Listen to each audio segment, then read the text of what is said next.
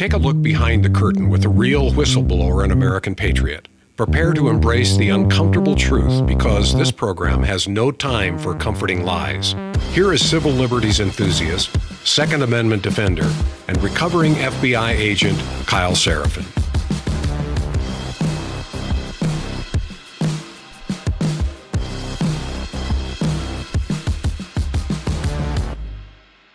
Well, hello, my friends. Welcome to the Kyle Seraphin Show. Today's Friday. It is February the 21st. It is a friendly Friday. We're going to have Steve Friend on in just a moment, and we're going to be talking about all things, I don't know, like Ukraine apparently is back up in the news again. So I guess we're going to talk about shutting that situation down and whether or not Donald Trump can negotiate the settlement. We're going to be talking about members of Congress getting hit with their own medicine.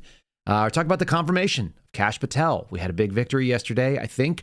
But as Kash himself said, it's time to get to work. So we'll talk about those things and more. Yeah, I'm trying to think. There's this dose of their own medicine thing is probably the thing I like the most. I'm seeing members of Congress crying about being held to a standard. We're seeing the White House push back and remind everybody that somehow for the last 4 years in this country, they let like a wax mannequin stand up there and hold the place as a stand-in, as an effigy for, I don't know, Obama policies, but a guy who wasn't even sentient got to be president. And so anything that you have to say today is ridiculous. I actually got to go grab, before we finish it all out, I'm going to have to grab a clip of Elon Musk talking about wouldn't it be nice if he could finally afford some nice things, because that's also pretty funny. All right. So that's where we're going to go today. I think you guys should stick around. Make sure that you've liked the video. Make sure you have shared this. If you guys want to follow us on any of the platforms, we do appreciate that. And I look forward to getting into it with Steve Friend right after this.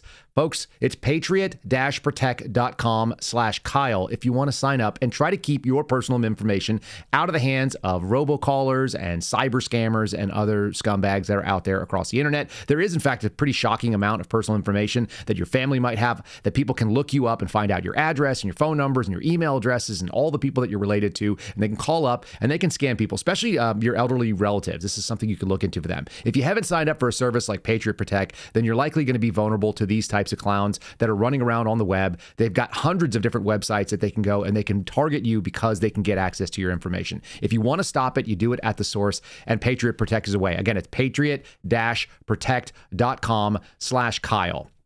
What they do is they go and they scrub you from all these data broker warehouses. They come in and they get rid of the access that debt collectors and robocallers, cyber scammers, and so on, all the people that are out there trying to target you would otherwise have. They use a protocol they call the search and destroy, which runs out there, scrubs your personal information from over 100 data broker and personal search websites. They're actually pretty useful. I've used them on the FBI side. If you want to get yourself hidden from these people with kind of like a digital camouflage option, you're going to get 24/7 protection from them. It's about $5 a month if you do the annual subscription. Save 15% with the promo code KYLE. Again, it's KYLE, and you can get that automatically filled in. It's patriot-protect.com/Kyle. Check them out. Protect yourself. Don't wait to be a scam victim. You'll always feel like a dummy if that ends up happening to you. All right. So again, another prepare before you repair kind of situation. All right, let's dive into this thing.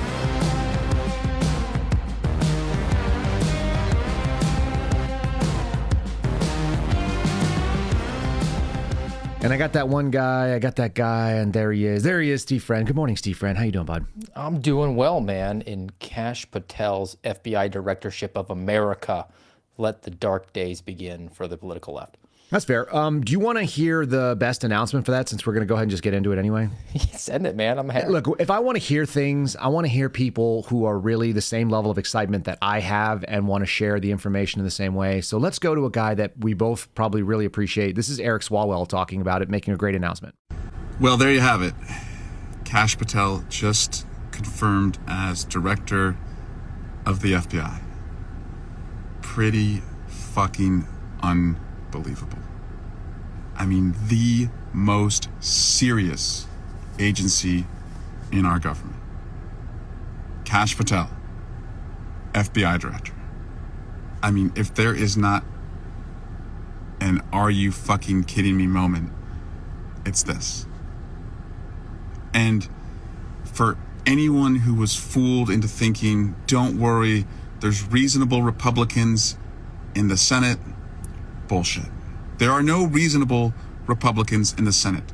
We cannot count on them. They will not save us. we are on our own in this. They're on their own now, Steve. I'm here for it. I'm enjoying this very much so. I saw this AI video the other day of somebody made, and it's a bunch of fat, crazy looking ladies that are like purple haired, like sort of classic-y weird libs that look like they're on SSRIs and they need Ozempic or whatever. And they all start crying, and Donald Trump's AI character leans in and starts sucking these like floods of tears, like someone turned on a fire hose or opened up a fire hydrant. It's the grossest thing I've ever seen in my whole life, but there's an abundant amount of leftist tears happening right now. And Eric Swalwell is like fundamentally an unserious person, right? Sure. I mean, his entire reputation is based on the fact that he was sucked into a honey trap scheme. Where's Fang Fang right now? Thank you very much, Eric Swalwell. You're a very serious person, and we take your perspective very seriously. But I think the greater overall lesson is he's calling on the moderate Republicans to really partner with the communists in this country.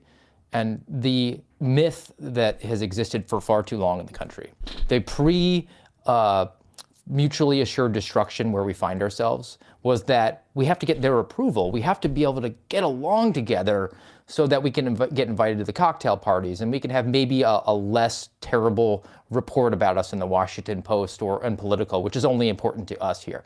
That it will never happen. Embrace the fright, embrace the suck, and maybe we can get to some semblance of where we were before, where there was actually an operational social compact, and we could actually get along sort of, and not try to actually put people in prison who disagree with us, and articulate a point of view that was opposite to our own. We're going to get into something that like you're going to actually be shocked at, something I almost can guarantee that you agree with someone that you would almost never expect to guarantee with. So that will be the thing I bring you next. But sentiment, I think a lot of people are going to be curious, especially because we have a lot personally invested in this particular story. What do we think? Did you expect Kash to get sworn in, or sorry, not sworn in, but did you expect him to get voted in? And what do you think about the margin of 51-49? Well, I think it's unsurprising that margin, because the Republicans love to just betray their base. Nobody hates the Republican base more than elected Republican officials. They hate them worse than the communists do. But I think that when Kash was testifying to the Judiciary Committee and they started to have some of the members openly say, "That's why I support you," that to me was when I kind of came to the conclusion that he likely had the votes whipped. It was also in my mind, I don't care if it's true or not, I've created the lore and the myth of that moment was when the Order 66 went out from the acting Deputy Attorney General to go and walk out dozens of senior executives. That was the signal to go ahead. But he just demonstrated himself to be a super competent guy who wasn't going to flip the tables over actually in front of the members there and comport himself like a professional, like we know him to be. And I think that going into that, they knew they could afford to lose a couple, and that's always what winds up happening. They've pre-calculated the vote. I don't think it would have actually gone through the Senate Judiciary Committee if they had not pre-whipped the votes, which is also another argument for why are we even bothering with this nonsense? We've had Driz at the helm of the FBI for multiple weeks now when we could have had Kash there the entire time. We've already lost ground. The weirdest thing for me, too, is that we had a guy standing at the helm of the FBI. Like anybody, you've been in an acting role as a supervisor, correct? 100 days, yes. Yeah, okay. And so when you're a supervisor in an acting role, even if it's sort of like a semi-long term, 100 days is longer than most. Usually it's just a week or two because somebody's on vacation or sick or, something happened to their kid. Are you supposed to be setting policy and like going out there and trying to act? Like, I wonder if Brian Driscoll, who stepped in and was the acting director of the FBI, thought that he was like supposed to act like the director of the FBI, as like if he took the title literally, or if he understood that, what is the real job of a quote unquote acting supervisor, acting director, blah, blah, blah. What does that mean in real life? I guarantee that he went into the office and started putting up his own decorations and accoutrements. It wasn't just like bare walls. He was going to max out that experience, which is why he did the videos that we had where this is what the FBI does. He's supposed to do hype videos and recruiting videos and take pictures and go and meet and greet and shake the hands of the rank and file agents who are out there. Like, that's not your job, bro. Your job is to basically keep the car between the lanes without hitting a concrete barrier until the permanent replacement gets there. The person who's actually approved, the person who's been vetted, and the people want to be in that position. I mean, that was the position that I took. 3.5 months, I was the acting boss of multiple offices. And I basically, on the day one, said, do your jobs, big boy rules, big girl rules, And if there's any problems with your timesheets, let me know. Otherwise, I'm going to work cases too, because that's my job. And we did just fine. I think the only symbolic thing that I actually had to do was we got a brand new special agent in charge. So I had to go out and meet him as the acting boss, which I was kind of like, I'll never see you again. Good to meet you, sir. And turned around and went home. Yeah, that's the right thing. And we're like, you got anything for the good of the order? And we're like, nope. I hope my boss gets back pretty soon, because I'm busy doing this thing.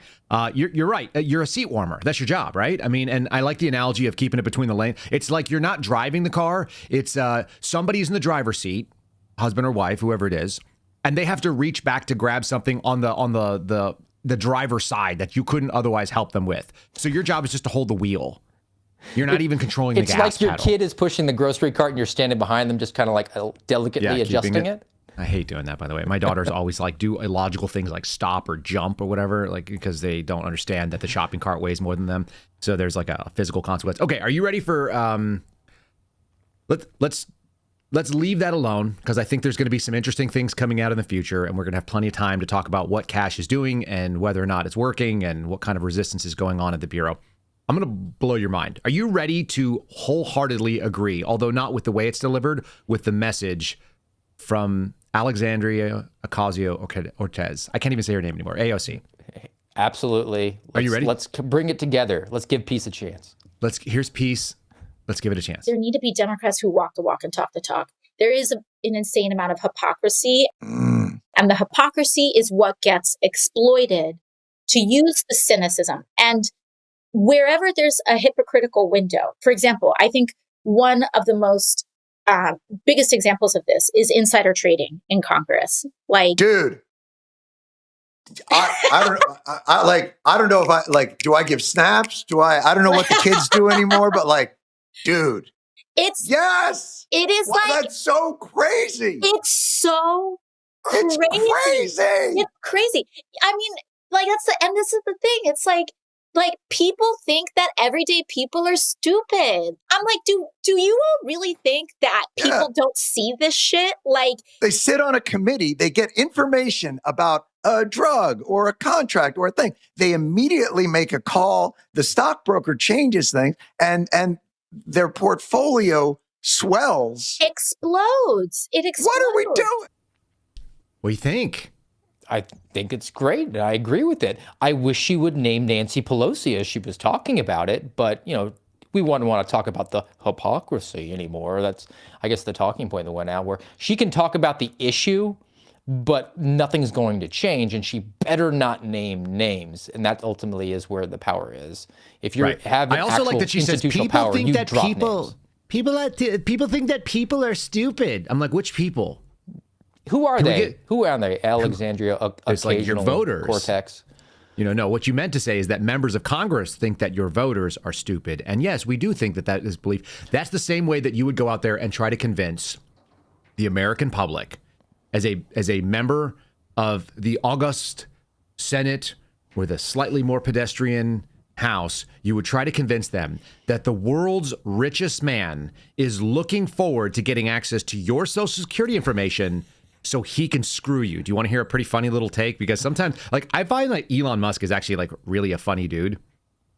For an autistic kind of weirdo that has more money than anyone's ever had ever. Oh, he's got FU money, and he entertains himself, which to me has always been the ultimate sign of somebody who's just. But he's also He's kind of self-deprecating in like a really amusing way. So he was running around with a chainsaw the other day, and he was like genuinely excited. He got a chainsaw that was like it was the chainsaw of bureaucracy. It was like a Doge thing. It was at CPAC. So there's a video of that. I'm not going to play that, but I'll play this because this is funny. This argument lands with me right now, that the reason that you want to get into Social Security, that you want to get into all of these different, into Treasury and things like that, is that you're looking for personal information and you're trying to make more money. Yeah. I've never met anybody as rich as you that cared less about money in my life.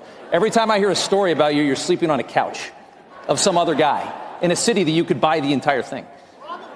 Yeah, I don't think you care about money, do you? No, actually, I mean, listen. Like, if I steal some Social Security, I can finally buy nice things. Yeah. And I just want Elon to be able to afford some nice things. How about you? I mean, he should be able to take his wife or paramour or whatever he's at now to Applebee's and get 2 appetizers. I think he's done enough in his life. He's landed the booster back on its base. Maybe he can get a dessert too when he goes. Get the 3-pack at TGI Fridays. It's such a weirdly disingenuous thing. So we've suddenly had a group of media operatives that are out there. CNN got kicked out of the Pentagon the other day, so that was actually kind of funny. We had people crying about that on the left. We had people on the right that were sort of like laughing because they didn't leave their space very clean, which is about what you'd expect. Kind of like the way you see the difference between the right-wing protests and the left-wing protests. The right-wingers come into the park and they like leave it cleaned up. They and clean it up. Yes. I'm the same way, man. I'm in the middle of renting a house, and I was like, when I moved into this house, there were holes in the wall and there were like scratches everywhere and there were fingerprints on the things and the paint wasn't good. And I told my wife, I was like, yeah, when we move out, we're just going to leave it the way we found it. And she's like, no, you're not. And I go, no, I'm not. Because I just don't know how to do that, right? So we're talking about people that actually have a sense of like justice and values and they operate a certain way. And then like you're going to just act like, you know, this is projection that we talked about the other day on the program, that the leftists love to project, that their values might, like, they might get access, like AOC might love to have access to some insider information. She can see what it is. She knows her buddies are doing it. That was a good little sneeze. What was that? Yeah, I got that one off the mic there. I'm actually reminded of a conversation I had with a senior agent who had retired right after I got walked out. And he said he sort of viewed his career as being a trip to the amusement park where you go in, you enjoy the ride. On the way out, you pick up a little bit of trash, leave it better than when you got there, and then you go on and move on. And contrasting that with the other federal workers who, like you talk about entitlement, they just feel entitled to have a job because they've always had a job, and they're going to use the fact that they've had a job for a really long time to justify it, and they're going to leave their fingernail shavings on the floor as they get dragged out. For sure. Also, it's kind of an interesting thing to hear people talking about hypocrisy. And, like I said, they're going to go after an Elon Musk type. And you haven't heard anybody crying about, I don't know, like some crazy access that unelected people like Hunter Biden might have had to his dad being in office for 50 years. Stephen Miller had an opportunity to torch the clowns in the media. They ask him a question. I feel like this guy wakes up every morning the same way I do. I think I would actually get along with Stephen Miller, only because he views you asking me difficult questions as a contact blood sport where it's a zero-sum game and only one person's coming out winning, and it's going to be him. You ready for this little clip? Oh, yeah. Yeah, he's great. Somebody said this is if you were going to have the embodiment of a politician or somebody in political position with the up your ass and around the corner response, this is it. It is true that many of the people in this room for 4 years failed to cover the fact that Joe Biden was mentally incompetent and was not running the country. It is also true that many people in this room who have used this talking point that Elon is not elected fail to understand how government works. So I'm glad for the opportunity for a brief civics lesson. A president is elected by the whole American people. He's the only official in the entire government that is elected by the entire nation, right? Judges are appointed, members of Congress are elected at the district or state level, just one man. And the Constitution, Article 2, has a clause known as the vesting clause, and it says the executive power shall be vested in a president, singular. The whole will of democracy is imbued into the elected president. That president then appoints staff to then impose that democratic will onto the government. The threat to democracy, indeed the existential threat to democracy, is the unelected bureaucracy of lifetime tenured civil servants who believe they answer to no one, who believe they can do whatever they want without consequence, who believe they can set their own agenda no matter what Americans vote for. So Americans vote for radical FBI reform, and FBI agents say they don't want to change. Or Americans vote for radical reform on our energy policies, but EPA bureaucrats say they don't want to change. Or Americans vote to end DEI, racist DEI policies, and lawyers at the Department of Justice say they don't want to change. What President Trump is doing is he is removing federal bureaucrats who are defying democracy by failing to implement his lawful orders, which are the will of the whole American people. Any notes?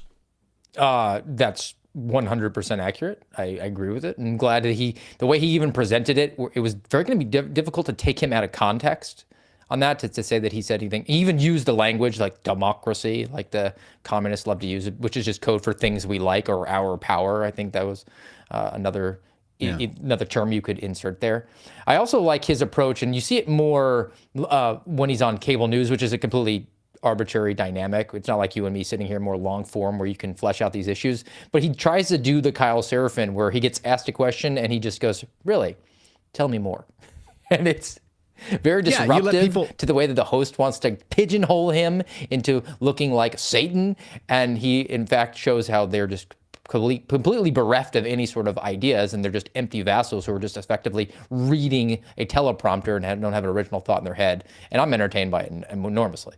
Well, let's read right off the card and see if we can trap Mike Waltz into an answer, because previously you said this, sir, but now that you work for Donald Trump, it seems like you might say this. So here's Caitlin Call's doing exactly what you said, and it turns out that a good and skillful politician and somebody who understands, like, verbal warfare is just going to go, yeah, thanks for your question. I'm going to go ahead and answer my own answer, which is that none of what you just said matters, and what I'm going to answer is more important. Here we go. On Peter's question, you wrote in an op-ed in the fall of 2023 that, quote, Putin is to blame, certainly like Al-Qaeda was to blame for 9/11. Mm-hmm. Do you still feel that way now, or do you share the president's assessment as he says Ukraine is to blame for the start of this war? Well, it shouldn't surprise you that I share the president's assessment on all kinds of issues. What I wrote as a member of Congress was as a former member of Congress. Look, what I share the president's assessment on is that the war has to end. And what comes with that? What comes with that should be, at some point, elections. What comes with that should be peace. What comes with that is prosperity that we've just offered in this natural resources and economic partnership arrangement. An end to the killing. And European security and security for the world. The president's not only determined to do that in Europe, he's determined to do it in the Middle East. And just a few months ago, we had an administration that had tried for 15 months, week after week, sitting with you here and couldn't get us to a ceasefire, couldn't get our hostages out. Now we're at that point. We're back to maximum pressure on Iran, and we have just begun, and we will drive towards a ceasefire and all of those other steps. I'm not going to pre-negotiate or get ahead of the sequencing of all of that. It's a very delicate situation. Yeah, but what about Ukraine? How do we protect Ukraine? The American taxpayer obviously voted for Ukraine when they put Donald Trump in. This is what I'm hearing. The obvious tactic here, and they're mostly doing it between Elon Musk and Donald Trump, where they're just trying to create any sort of a wedge, right? They just want to have that palace intrigue that we saw so much during the Trump first term, where there was Anthony Scaramucci, or what was it? The girl from The Apprentice. I don't know. They went after Spicer right away. Yes. They went, like, anybody that they could turn. Yeah, the girl from The Apprentice. I can't remember her name. And they wanted that to be the wedge that would just basically be the giant speed bump into any sort of policy advancements. And these guys seem to be really disciplined. And a guy like Mike Waltz, who was elected to Congress, he was actually my congressman for a little while. Here's the challenge coin that he gave me. Boom. No big deal. You just reached and found that. I mean, it's got a bottle opener on it, so he's kind of a bro. But they are really disciplined. They pivot away from that question where he recognizes they're just trying to get me to argue with my boss, and I'm going to say, well, what I ever want to say. That's the flaw of cable news, and most people don't pick up on that. You and I do, and the rare occasions that we get invited onto these programs, they ask us a question, and we just, in the back of our head, said, what do I want to say in about 90 seconds? And I'll just say that. And Mike Waltz did it really expertly there. Amorosa Manigault Newman was her name. Omarosa, that's right. Good poll. Yeah. I had to go. Well, the chat gave it to us, so that's why you guys are here. Thanks for being our backup over there on the chat. If you guys want to support the program and share it, we appreciate that. We do see you in the morning. I do see you over there.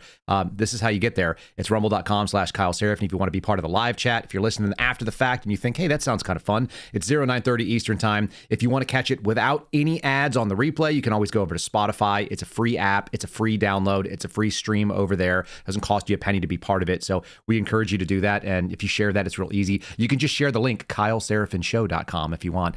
I bought the website for no reason. It wasn't very expensive, and I figured I might as well use the damn thing. Okay, before we get into a little bit more, because apparently, Steve, we're going to be talking Russia, because that's the only way we can do this. We're going to talk to my friends over at Silent. Folks, you can find the website. It is SLNT. That's silent with no vowels. SLNT.com/Kyle. Between big tech and the government, corporate America, and criminals, your compromised privacy is always a possibility. It's happening 24/7. All of your phones are giving off RF signals, by the way, that can be picked up by anybody. That is why when I start the show, I put mine in a little pouch like this. This is the silent pouch. I've got a bag. I've got the backpack, which is sitting over the wall over here on my left side. If you guys have seen it, that's what it is. There's no other option. If you want to protect yourself, you got to choose something that's going to work. It will not be the cheapest thing you find, but it will be one that works. And the cheap ones usually do not, having tested a bunch of them when I work for the FBI. Silence Faraday blocking products will stop all incoming and outgoing signals. I've tested this pretty extensively on my own, and I continue to. It makes your devices invisible and safe from the outside world. It also means that people can't hack you, but they're also not grabbing where you're at and what your location is if you don't want to give that up. From the backpacks to the phone sleeves like I've got here, they even make pants with a patented signal blocking technology. It keeps wireless signals at bay. Gives you peace of mind that your data's not going to end up in the wrong hands. All you got to do is slide your phone in there, slide your tablet in there, your laptop, and then it's closed and it's guarded. It's safeguarded from unauthorized access. You can go silent today at slnt.com/Kyle, like you saw. You're going to save 15%, plus you'll get free shipping on the qualified orders. You can stay ahead. You can secure your own privacy. Again, slnt.com/KYLE. silent.com/Kyle, 15% off. The link is in the show descriptions. Check them out. Steve Friend, I'm going to give you maybe the most fun version because first thing in the morning when I tune into CNN, what I want to see is Russia, Russia, Russia. How about you? I don't turn into CNN, so I'll have to defer to you. How about who is Joe Walsh? Like, I know I've seen him, and I know people think that he's something. Who the hell is he? He was a congressman, I think, from Illinois, and then he wound up going the Never Trump route in 2016. So he was a Republican, yeah? Yes, he was, and I think he took that. He basically did the Kinzinger before he was a Kinzinger. Okay, so he's obviously a very good source of information, and that's why he decided that the president of the United States. I feel like I've heard this done before. We're going to break that in a second, but watch these people get very excited about someone saying the thing that they've been just secretly saying for 8 years. Donald Trump is saying everything Vladimir Putin would say. Mm-hmm. And you mentioned the American people generally don't care about what's going on over there. The American president right now could be a plant, could be a Russian asset. I mean, think about that. Here I am. I know it's early in the morning to say something like that, but think about that. And if the American people don't care about that Putin might have something on Trump, that he's an asset, that he's a plant, that he's doing the bidding of Vladimir Putin, if the American people don't care about that, well, the thing is, listen. I'm sorry to get us off the topic. We don't have evidence of that. I mean, the point about their positions being aligned is a different. Well, they don't have any evidence. We don't have any evidence to support your assertion, but I really appreciate how you're doing the exact thing that both sides love. It is the one side's favorite is it's a mirror image. The favorite thing of either side is to take someone who appears to be a convert from your enemy, who comes over and mouths exactly what you wanted, so you can say, "See, they're admitting it the whole time." It's Lindy Lee, it's Joe Walsh, it's the same thing. It doesn't matter just where the Chiron is coming from, CNN, Fox News. That is not the same Joe Walsh that was in the Eagles, if anybody is concerned. That is a Joe Walsh who looks an awful lot. I was actually struck by sometimes things just hit me and I'm like, oh, I never will unsee that. Joe Walsh looks a lot like Ellen DeGeneres if Ellen was more handsome. So isn't she a citizen of the UK now? Ellen? I believe she fled the country. She's one of the few celebrities that said, I'm leaving the country if Donald Trump gets elected. Did? And followed through. Well, I mean, she also was exposed as somebody who was, I don't know, physically assaulting her staff while she was going on stage and doing the fake dance. Like, I'm an every person and I'm really entertaining. So is she a billionaire too? I don't know if she's at Elon Musk money, do you know who's been she's definitely up? Like more than Garrett O'Boyle. Yeah. Well, that's everybody now. Do you know who's actually been really stepping up? And I've watched him do some pretty cool exchanges. Is Brandon Gill, who we met when we were doing Police State. Have you seen any of his clips? He played the new agent in the Police State film, which he looks like a young Dean Cain. Like he looks like the Superman. He went to Dartmouth, but he comes from a Texas background, and you know his family story is apparently that he worked on their ranch, and they have a big ranch, so they got money. But he's like a good kid. Like, I mean, he's not a kid, he's a man, but like he's younger. And I didn't dislike him at all. I actually, like, you kind of meet people and you're like, I wonder what I'm gonna. You look at him and you're like, could go either way. But all of my interactions with him have been very positive. His wife is lovely, so I'm I got excited that he's he there. could be a frat boy, bro, Right, kind of what an I wanted empty to know vessel. is- And then I actually remember him. He walked out of the movie because they had the newborn, and he was caring for his small daughter. Yes, and interacting with the way he didn't.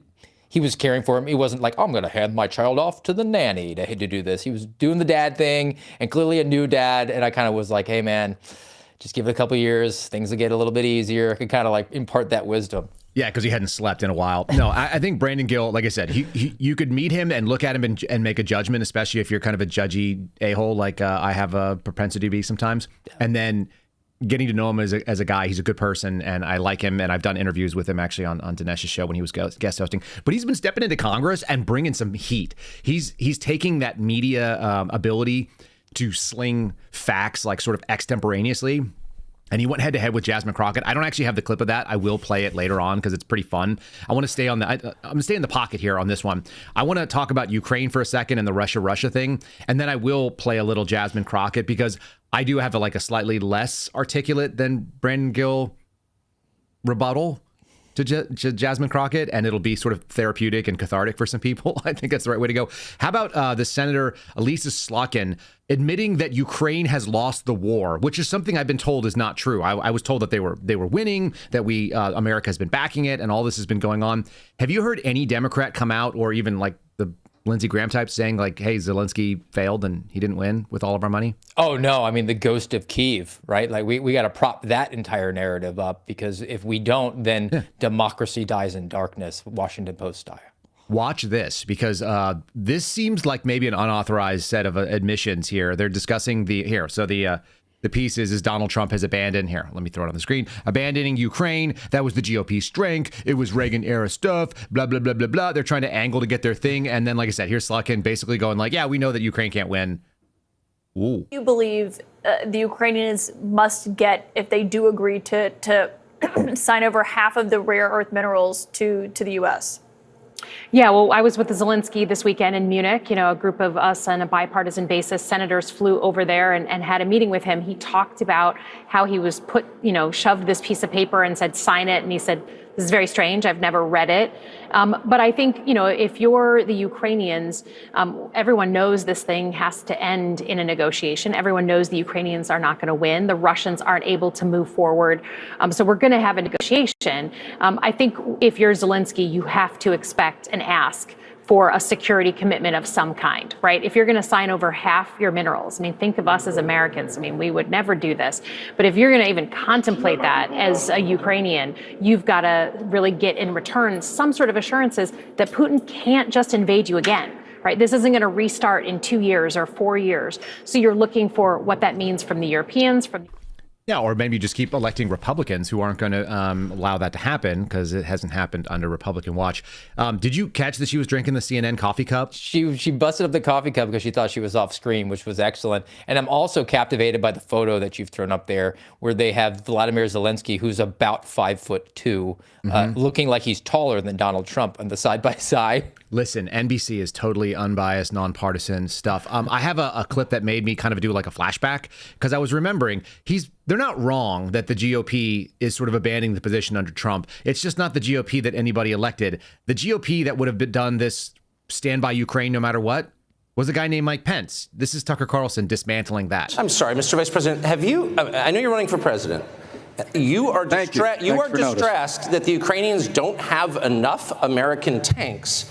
Every city in the United States has become much worse over the past 3 years. Yeah. Drive around. There's not one city that's gotten better in the United States. And it's visible. Our economy has degraded. The suicide rate has jumped. Public filth and disorder and crime have exponentially increased. And yet, your concern is that the Ukrainians, a country most people can't find on a map, who've received tens of billions of U.S. tax dollars, don't have enough tanks. Right. I think it's a fair question to ask, where's the concern for the United States in that? Well, it's not my concern. I know that was kind of a harsh cutoff, because there was a little bit more. He tried to flesh that out, but he didn't do a great job. It's not his concern. He's worried about Ukraine. The Mike Pence permanently furrowed brow, pleated khaki pants, holier than thou, because I don't meet with another female without my wife being in the room. It's not a bad policy, to be fair. Yeah, I agree with that one. Yeah, but we're the policemen of the world, John Bolton style thinking of the Republican Party from the early 2000s.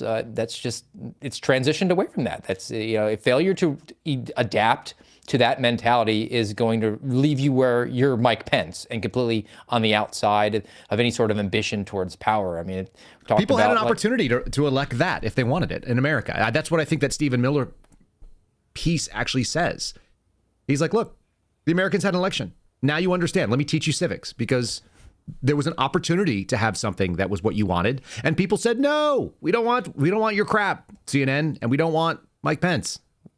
You got Trump. We are tired of sending billions of dollars to this conflict that's going on that has resulted in the deaths of, some estimates are 1.5 million people, for territory that it doesn't concern us. Most people, the one thing the media is right on is most people can't find Ukraine on a map. So why are we sending and why are we borrowing money on the backs of our kids and grandkids to finance this when, as Tucker Carlson points out, like, we have problems at home? And look, I'm not for spending government money at all. But as long as it's going to be spent, I would like for it to be spent on people who are my countrymen rather than those who are actually on the government dole of Ukraine, because we're paying for their pensions. It's not just sending tanks to the front. We have to keep their retired people paid so that their young people can be conscripted so that they can go and fight and die and lose a war.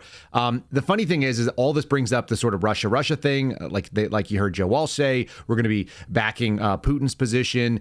It's almost like we've done this before. I've got this weird clip from a guy that some of you guys may actually recognize his face. He's got kind of like a recognizable face, and his voice is sort of familiar to you, talking about the Russia hoax. So kind of like, let's hear this piece. And all of these things sort of started coming together in a very unusual fashion. I said, Devin, we're following the money, and I'm going to tell you right now that the DNC and Hillary paid for this. It was 9 a.m. on a weekday, and he literally looks at me and he goes, Cash, if you're going to start drinking this morning, get out of my office.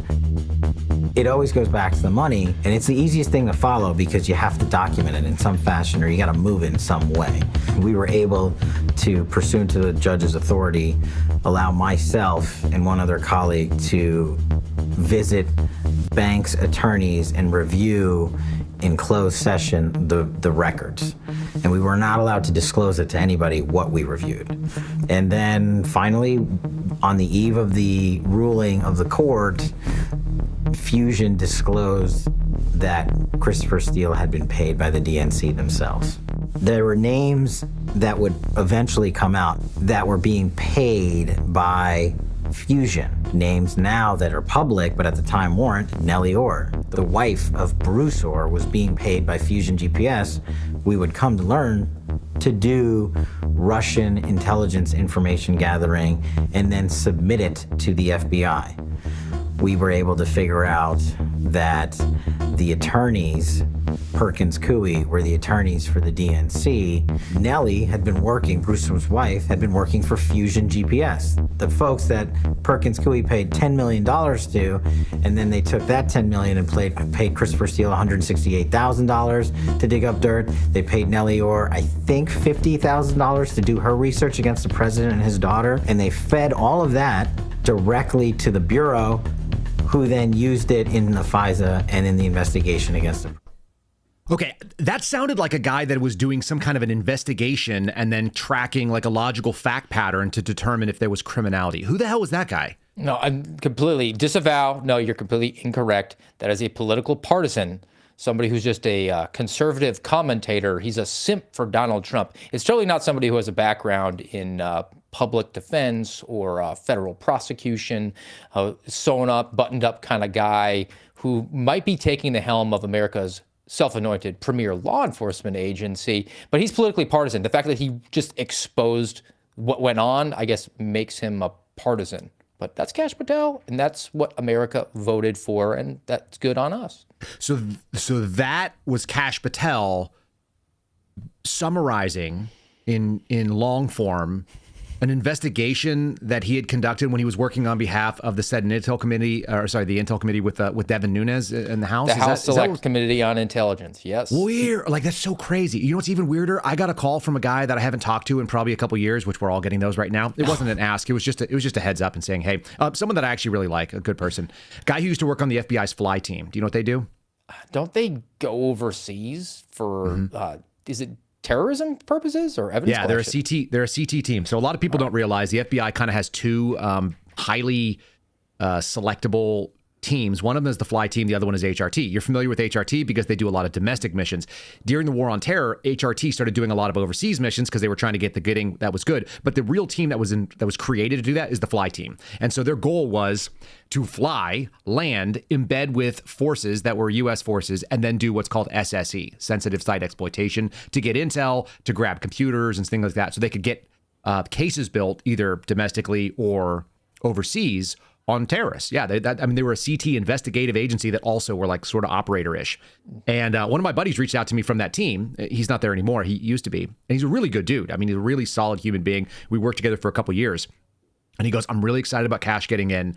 I worked with him when we were in Africa with the fly team because Kash was a JSOC liaison that was giving ROE interpretations on the fly, in places where we were doing kinetic missions.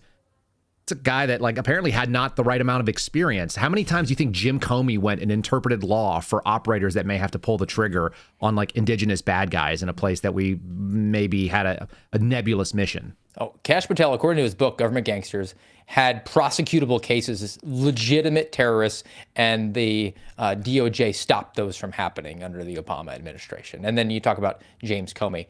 James Comey should probably do some legal research on whether or not he is or isn't allowed as the FBI director to run an off-the-books honeypot scheme where they installed 2 female agents undercover into Donald Trump's campaign in the hopes that they could have sex with members of the campaign to dig up dirt. And then when it came to light, they moved one over to CIA and then promoted the other one.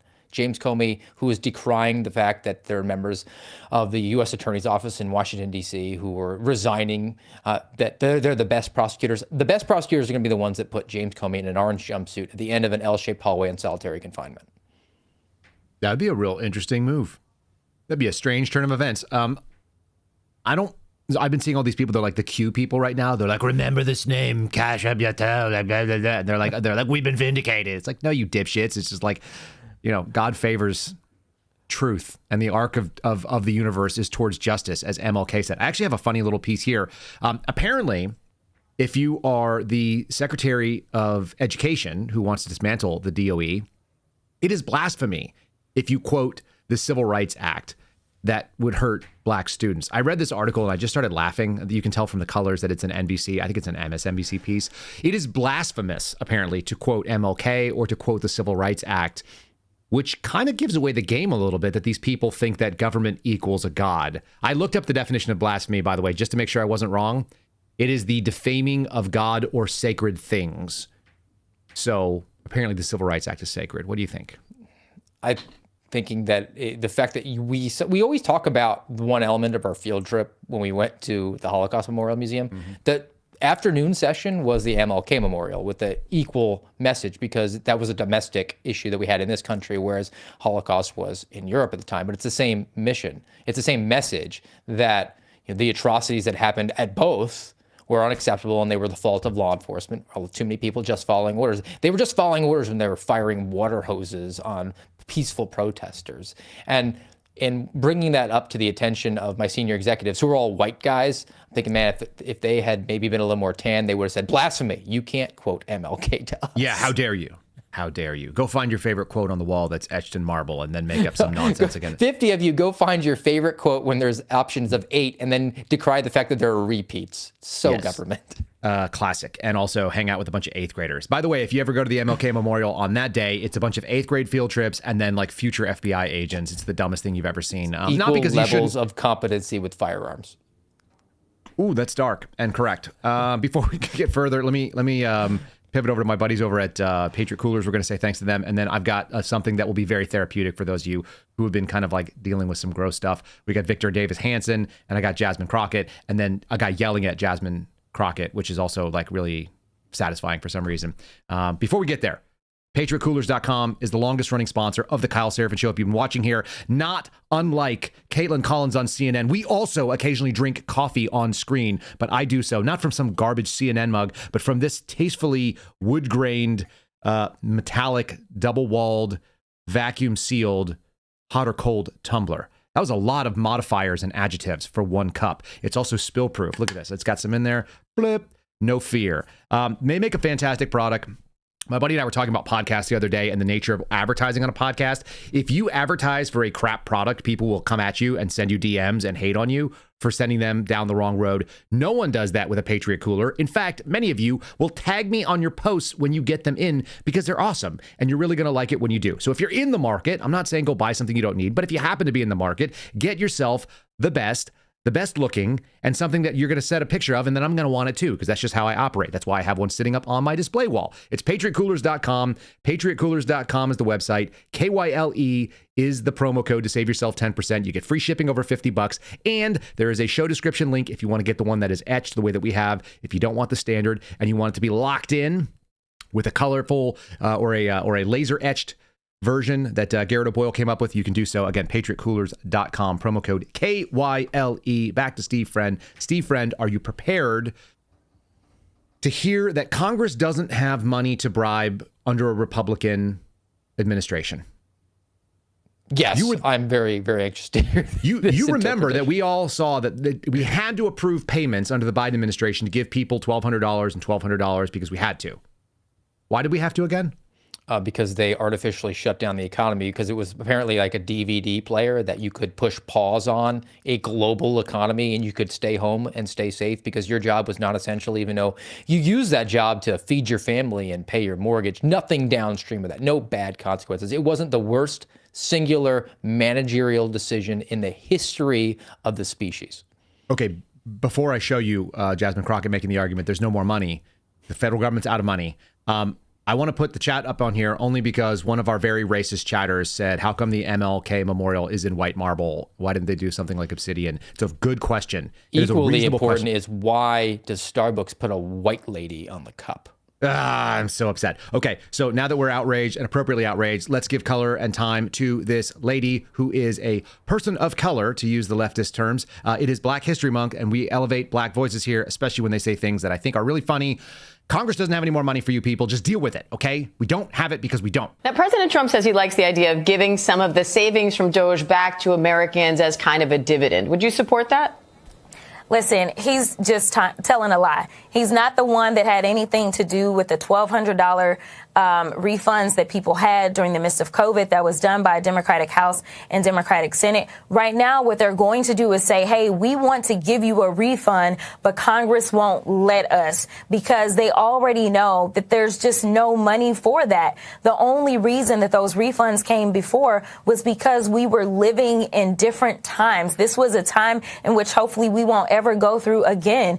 We had a once in a lifetime pandemic. The bad part is that I don't know if it's once in a lifetime, because we know that Ebola, unfortunately, was detected right here in New York here recently. And if we continue down this road of getting rid of scientists or deciding that we don't want to rely on experts as it relates to what they're telling us to do, or we don't want to deal with vaccines and medicine in this country, then we may be facing not only our next pandemic, but our next 2, 3, or 4 pandemics. Steve Friend, it was a different time, and we might have that time again. Even though it's a once in a lifetime, we might have Ebola or some other things. We got to pay more scientists. Go. The way that they are taking the 20 side of every 80-20 issue is hilarious. She actually defaulted back to, we have to trust the experts. And then she's been trapped into defending fiscal sanitism, fiscal conservatism, saying like, you know, maybe we shouldn't give stimmy checks to people because that might be bad for inflation. You know what would not help inflation? Injecting $5,000 per person into the economy. It might make the prices at the grocery store go up. Maybe there's an economics lesson here. We already had the civics lesson from Stephen Miller. Well, no, Lau, let me ask you a question, though.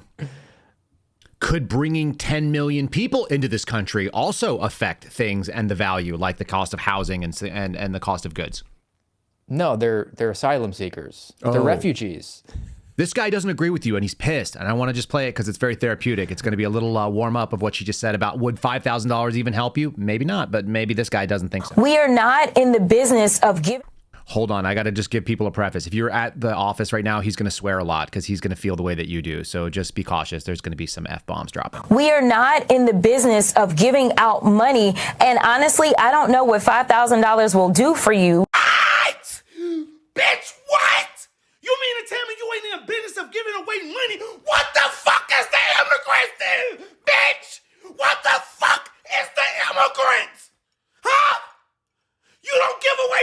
money. What is USAID?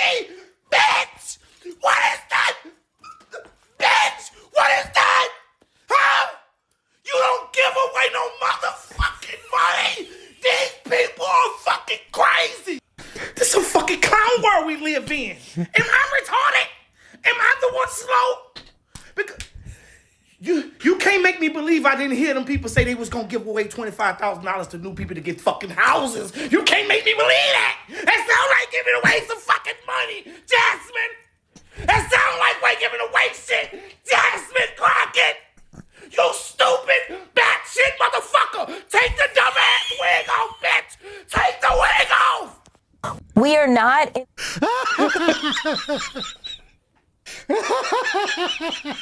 How mad is that dude? There's a part 2, by the way.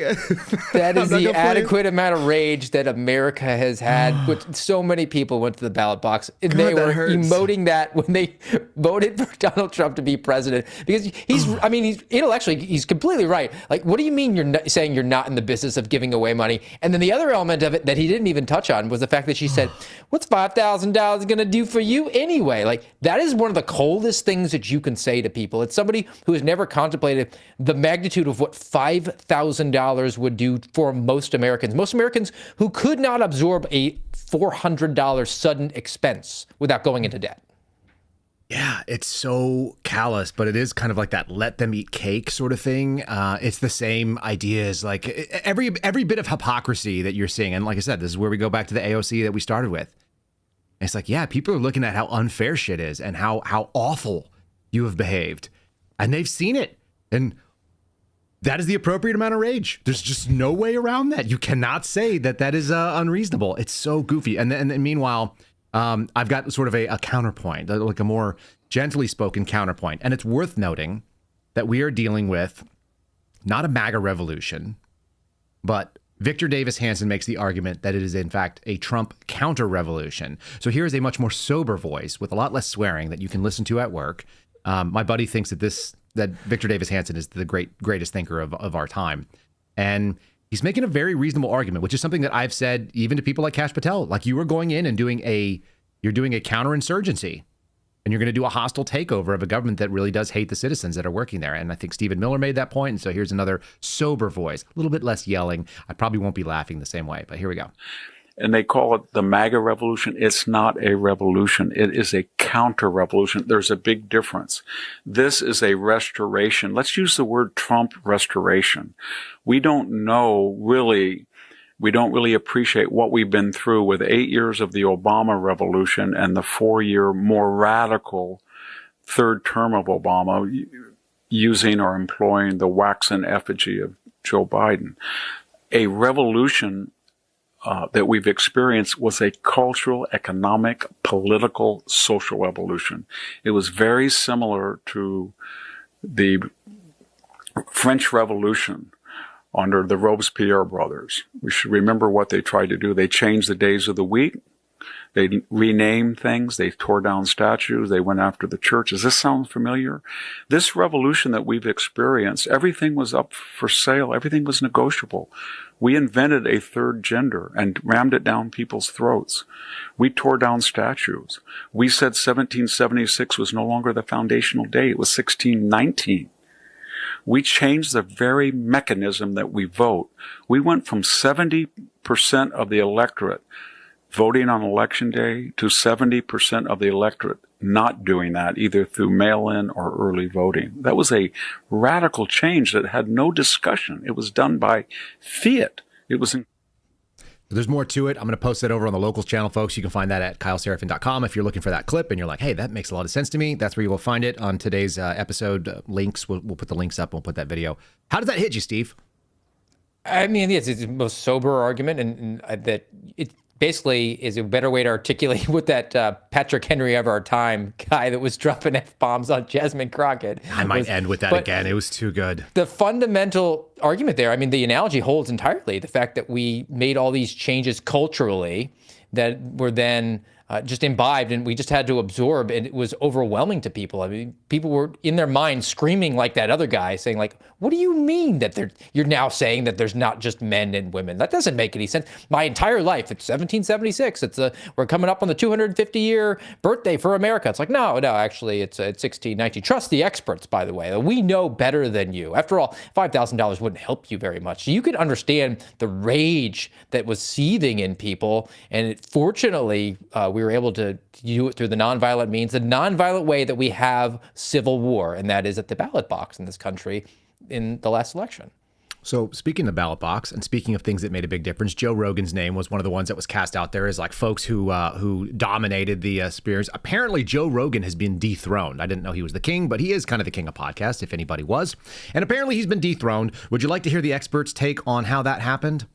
Oh, I'm really, really captivated by what the experts know about this is MSNBC, so this is totally unbiased. They are totally not rooting for anybody. All right, new topic, Joel, before we go. The left-leaning podcast, Midas Touch, has just done the unthinkable, dethroned Joe Rogan to become the country's most popular podcast. Do you see this as a sign of a bigger political shift? Because even these three guys specifically, they are not your touchy-feely progressives. They're like three bros from Long Island. Yeah. Look, I think that this does signal, one, Democrats and let's just call it the non-conservative ecosystem catching up to where the kind of Rogan right has been. And they're not policy guys. They're anti-Trump guys. And they crank it out all day, every day. And I do think the fact that this is organic, this is not a part of the ecosystem that was just built up, with heavy investment from millionaires and billionaires. These are folks who've been grinding and working. And my suspicion is they probably were going to get to this point anyway. But it does, I think, signal where groups and where organizations and where candidates on the Democratic side are going to focus a lot of their effort going forward. Very good. Joe Rogan's response was, who? I've never heard of the podcast that they reference there, the Midas Touch. Okay. Well, let's do the community notes with context.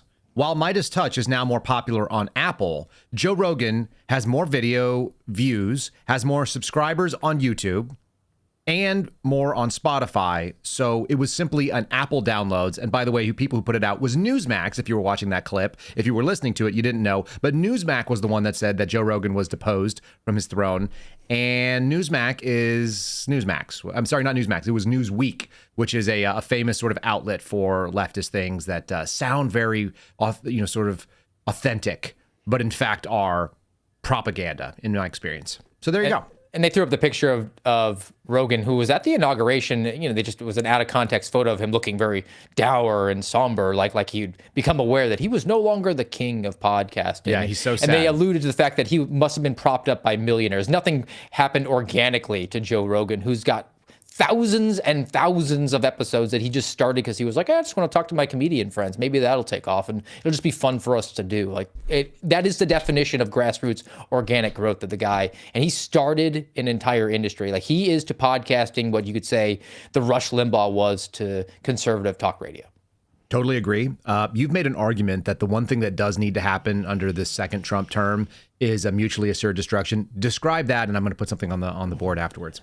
Well, I mean, it's just coming to the realization that we are in a cold civil war and one side is willing to use all the levers of power that it possibly can have through lawfare to punish its enemies and reward its friends. And the other side still holds on to this, this semblance of a memory that we exist in a time where we might disagree with people who live next door to us. They might have a yard sign for a candidate we don't support, but as long as they mow their grass, we can all just get along because we all want the same things. And that doesn't exist. The other side wants to put you in a prison camp if they can't, in effect, take your life away from you. So you can't agree with them. So you have to be willing to go to that place and use the exact levers of power in order to prevent this cold civil war from going kinetic. That is the only way around it. Okay, well, some people are actually using some pretty heated ideology and language.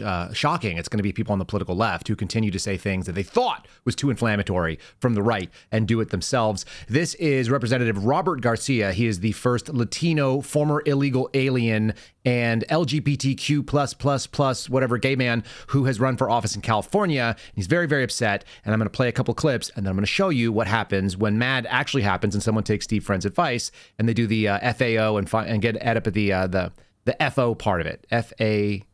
FO. Sorry, there we go. All right, so here he is. Here's Garcia on CNN making some claims. And I think that's really important that members of Congress, this is not about me. This is about attacking our institutions. It's about ensuring that we have loyal opposition and that we're able to speak freely, particularly within our own Congress. I mean, we made those remarks, of course, moments after we had left the committee hearing. And so what's really critical at this moment, I think, for all of us to understand is that we should be allowed to speak freely. And we certainly should be allowed to use figures of speech.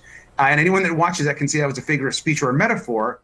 Okay, what's figure of speech or metaphor? Let me just play that. What I think is really important, and what the American public want, is for us to bring actual weapons to this bar fight. This is an actual fight for democracy, for the future of this country, and it's important to push back on the chairperson of this committee. You want to bring actual weapons? You want to read this statement from Ed Martin, the United States Attorney in the District of Columbia? Quote, our initial review of the evidence presented to us indicates that certain individuals and or groups have committed acts that appear to violate the law targeting DOJ employees, said Edward Martin Jr., U.S. Attorney for the District of Columbia. Quote, we are in contact with the FBI and other law enforcement partners to proceed rapidly. We also have our prosecutors preparing, and I endorse and avow entirely. That's an incitement to violence, just like I was accused of inciting violence when I wrote, and I quote, this is a rhetorical call to arms for my fellow civic citizens to honor your oath of office. That and could was have been accused of very inciting violent, violence by the FBI. Yeah, totally. They could have come after you, huh? Well, scary stuff. Under Ed Martin, let's put this guy in prison and destroy him. It's no different than the allegations when Donald Trump said the deals we were making on the car industry were going to be a bloodbath, and they said, well, "Oh my goodness, can you believe he's calling for violence? It's so violent. We're going to say play bloodbath." it. If you want to get nuts, let's get nuts, because Who said the it? Who only said thing that? the Who said the commies line? understand is pain and fear of more pain. So let the pain reign. Who said the line? Who said the line? If you want to get nuts, let's get nuts. Batman. That's Michael Keaton Batman. Michael Keaton Batman, whose eyebrows rival Caitlin Collins' eyebrows as far as he's being the best strong. Batman. I will go to the mat on that, hands down. Christian Bale gets number 2. The best Batman, the worst Batman was Val Kilmer. Can we agree George on that? Clooney had nipples. You got to give him. Oh, yeah. It was really bad. They're almost equally bad. I don't know. Okay. What's coming up on the American Radicals podcast? We're going to go to a palate cleanse, a little bit different because we have a pretty interesting conversation coming up on Sunday for the Kyle Seraphin show, Sunday sit down. Give me the AMRAD first. All right, AMRAD tomorrow, Saturday, 10:30 Eastern Time, rumble.com/AMRADpod. I'll be with Garrett O'Boyle, and we're going to just do like a Saturday grab bag. I mean, there's just like drinking from a fire hydrant as far as the news is coming out, and I've got a backlog of them. So we're going to have a good time and throw some of the stories out there that we really didn't have a chance to get to, and I think a lot of them are sort of like obscure, but also really important. So join us there, 10:30 Eastern Time on Rumble, guys. As always, have a great weekend. Have a great weekend, Steve. Thanks for chatting with me. We're going to go out and play it out with our Sunday sit down. It is a little thing from Joe Biggs, so you might want to see this one too. This is a truly diabolical situation that happened to him, and since we're focusing on some J6 stuff and injustice, we're going to hit that there. Have a good weekend, my friend. I look forward to seeing you on the other side. All right, man. Have a good one. All right, folks. Here's Joe Biggs. And they were all live texting the FBI going, Proud Boys didn't start it. Proud Boys didn't knock down the fence. Proud Boys didn't do it. And then those guys aren't allowed to come to trial. Then the end of the trial comes up and they go, okay, look, there was no plan. All right, they didn't see a plan. But at one point in time, you see Joe Biggs and Ethel Nordine fist bump each other. And at that point in time, through telekinesis, they shot these mind waves through the crowd. And everyone knew that there was a conspiracy. They joined it with that fist bump. And we all entered into an agreement to stop the certification of the election and overthrow the government. You can't even make this up. You really cannot make it up. You guys can find us at rumble.com/Kyle Seraphin. It will go live on Sunday. If you want to get it early, you can always get the unedited and now with no ads over on KyleSeraphin.com. That's our locals channel. I put that up. You guys will see it first thing in the morning tomorrow. For those of you who are subscribers, and we really appreciate you financially supporting us. Again, you can find it on Spotify after the fact. It will go live on Spotify at the same time as it does on Rumble on Sundays. We do those obviously tape delay, so you guys can check those out. Do me a big favor, share the show out there. Go tell a friend, go tell 3 friends, triple the audience in one day if you guys all go do that, and it would be mean a lot to what we're trying to accomplish over here. Sharing the message, getting people an honest take on some things and a biased take that we acknowledge. Really appreciate you guys as an audience. So thanks for being here with us on this Friday morning. God bless you. I hope you have a wonderful weekend and look forward to seeing those of you on Saturday and Sunday that are going to be there for that. Go out there and high five somebody. Cash is in. Thanks for listening to the Kyle Seraphin Show, streamed live weekdays on rumble.com/Kyle Seraphin. Follow Kyle on Twitter, Truth Social, and Instagram at Kyle Seraphin.